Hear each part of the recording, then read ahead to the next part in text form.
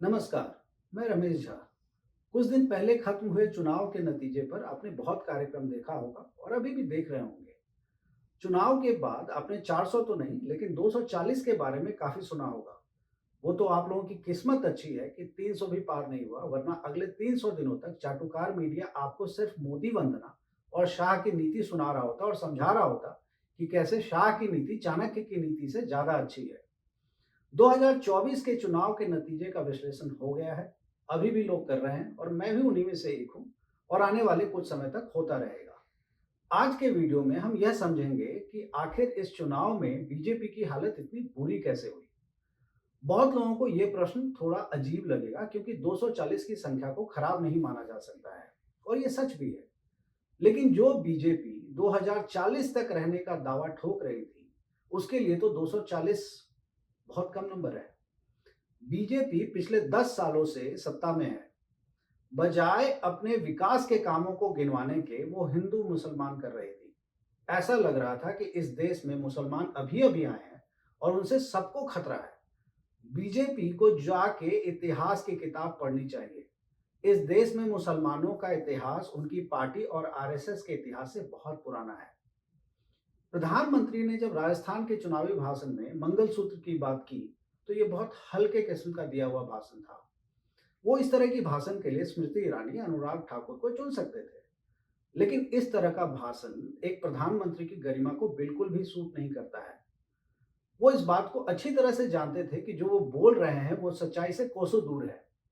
लेकिन प्रधानमंत्री मोदी के पुराने भाषणों को उठा लें तो लगता है कि ऐसी बातें बोल देना उनकी आदत है। जिस तरह चुनाव से पहले ईडी, सीबीआई ने विपक्षी नेताओं पर आरोप लगाए और उन्हें जेल भेजने की शुरुआत की, वो इस बात की तरफ इशारा करती है कि बीजेपी अकेले चुनाव लड़ना चाह रही थी या फिर सबके साथ चुनाव के दौर में भाग लेने से डर रही थी। इंदौर और सूरत का चुनाव इस बात का सबूत है कि बीजेपी किस तरह की व्यवस्था में विश्वास रखती है। चंडीगढ़ मेयर के चुनाव में जो हुआ और जो कैमरे में दिखा, वो पूरे लोकतांत्रिक व्यवस्था के लिए शर्मनाक था। आप खुद सोचिए कि क्या एक सामान्य से अधिकारी को इतनी हिम्मत हो सकती है कि वो पूरी चुनावी व्यवस्था को ठेंगा दिखा दे। ज्यादातर मामलों में अधिकारी या कोई भी सरकारी कर्मचारी ऐसा तभी करेगा जब उसे यह आश्वासन मिल जाए कि उसे कुछ नहीं होगा और साथ में बहुत बड़े फायदे का भी आश्वासन दिया जाए। और ये आश्वासन किसी आम आदमी से तो ना वो लेगा और ना किसी और की इतनी हिम्मत है कि वो देगा। सवाल है कि इस अधिकारी में इतनी हिम्मत आई कहां से। इस सवाल का जवाब तो तभी आ सकता है जब इसकी जांच होगी और वो भी निष्पक्ष। मुझे विश्वास है कि आप इस सवाल का जवाब जानते हैं और अगर नहीं जानते हैं तो उस समय के अखबार को निकाल के पढ़िए, तब आपको अंदाजा लग जाएगा। ईडी और सीबीआई जैसी संस्था का इस्तेमाल हर राजनीतिक दल ने किया है और अपने हिसाब से किया है। लेकिन अगर आप पहले के इस्तेमाल के तरीकों को देखेंगे तो पाएंगे कि पार्टी के कुछ नेता कुछ ऐसे केस में जिससे उनको फायदा हो रहा होता है, उसमें दखल दिया करते थे। लेकिन अगर आप बीजेपी के कार्यशैली पर नजर डालेंगे तो पाएंगे कि वो पूरी तरह से सीबीआई, ईडी को विपक्ष के लिए ही इस्तेमाल कर रहा है। अगर खबरों का और चुनावी चंदे का विश्लेषण करें तो ऐसा लगता है कि ईडी और सीबीआई उन बिजनेसमैन लोगों को भी नहीं छोड़ रही है जो बीजेपी को चंदा नहीं दे रही है, सिवाय अडानी, अंबानी या कुछ अन्य लोगों के। बीजेपी या गृह मंत्रालय को यह बताना चाहिए कि ईडी ने पिछले 5 सालों में कितने लोगों पर छापा मारा है और उनमें से कितने अलग अलग पार्टी के नेता हैं या कौन कौन से बिजनेसमैन हैं। इससे लोगों का ईडी पर विश्वास कायम रहेगा। शायद ये बताने में बीजेपी या गृह मंत्रालय को बहुत मुश्किल होगी, ये मैं समझता हूं। ग्लोबल इन्वेस्टिगेटिव जर्नलिज्म नेटवर्क में छपे खबर के अनुसार भाजपा सरकार ने अपने पहले 4.5 साल के दौरान प्रति वर्ष प्रचार में करीब 4,500 करोड़ रुपए खर्च किया है, जो पुराने कांग्रेस की सरकार के दौरान करीब 800 से 1,000 करोड़ रुपए के बीच हुआ करता था। यह बढ़ोतरी करीब 4 से 4.5 गुना ज्यादा है और ज्यादातर बड़े मीडिया हाउस को जैसे ही इस खर्च का पता लगा, वो सरकार की चरण वंदना में लग गए और इस वंदना से उन्हें चरणामृत भी मिला और उस चरणामृत के प्रताप से वो चाटुकार मीडिया में बदलते चले गए। आप इतिहास उठा लीजिए, हिटलर, स्टालिन, मुसोलिनी, इदी आमीन, सद्दाम हुसैन, पुतिन और भी सारे नेता जो या तो तानाशाह थे या फिर डेमोक्रेटिकली इलेक्टेड तानाशाह थे, और इन सभी ने सबसे पहले मीडिया को अपने कब्जे में किया।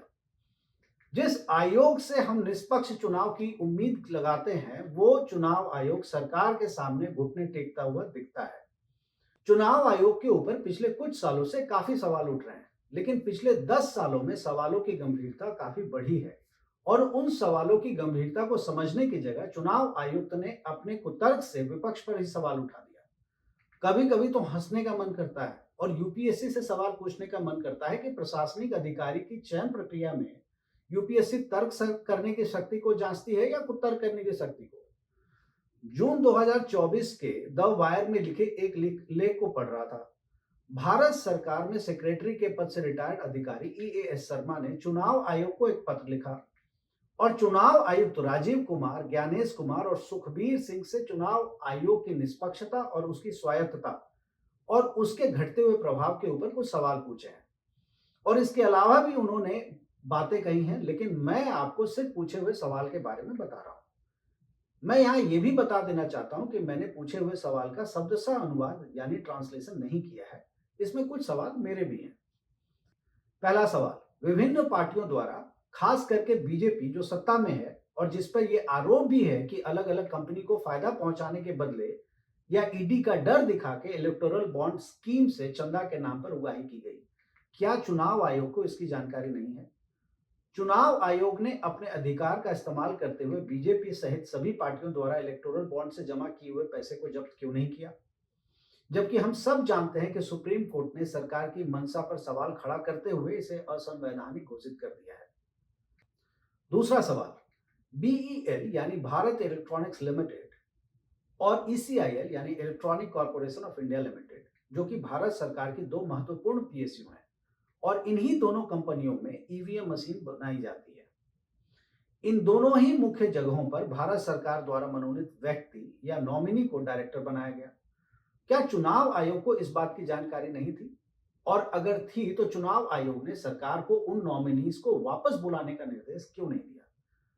भारत सरकार द्वारा मनोनीत एक डायरेक्टर एसबीआई में भी है।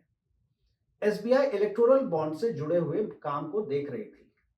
इस संभावना से बिल्कुल इंकार नहीं किया जा सकता कि कोर्ट के आदेश के बाद भी एसबीआई से जारी किए हुए बॉन्ड के पैसे को बीजेपी ने कैश कराया हो, और वहीं दूसरी तरफ विपक्षी दलों के अकाउंट को फ्रीज कराया गया। इस बात का ध्यान रहे कि एसबीआई में एक डायरेक्टर सरकार द्वारा नियुक्त किया गया है।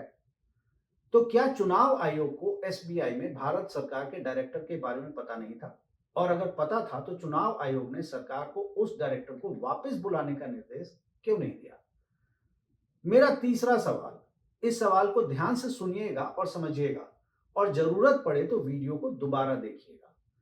बीईएल यानी भारत इलेक्ट्रॉनिक्स लिमिटेड जिस टेक्नोलॉजी का इस्तेमाल ईवीएम वीवीपैट में करती है, यह पेटेंटेड टेक्नोलॉजी है। इस पेटेंट का अधिकार बीईएल के साथ साथ जिन 4 लोगों के पास है, वही चारों व्यक्ति टीईसी यानी टेक्निकल एक्सपर्ट कमेटी के सदस्य भी हैं। तो आप सोचने लगे होंगे कि इससे क्या फर्क पड़ता है, तो मैं इसको आसान करके बताता हूं।